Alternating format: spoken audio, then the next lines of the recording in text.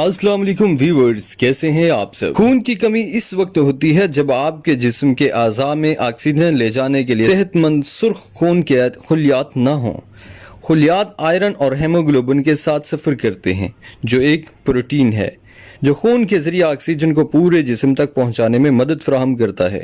جب کسی کو خون کی کمی ہو جاتی ہے تو اسے انیمیا کہتے ہیں۔ خون کی کمی کی کئی اقسام ہیں۔ خون کی کمی ہمارے مدافعتی نظام کو کمزور کرتی ہے، اس طرح انسان انفیکشن اور سوزش کی بیماریوں کا شکار ہو جاتا ہے۔ خون کے سرخ خلیات انفیکشن سے لڑنے میں مدد فراہم کرتے ہیں۔ سفید خلیات مدافعتی نظام کو مضبوط بناتے ہیں۔ آج ہم آپ کو خون کی کمی کی چند نشانیاں بتاتے ہیں۔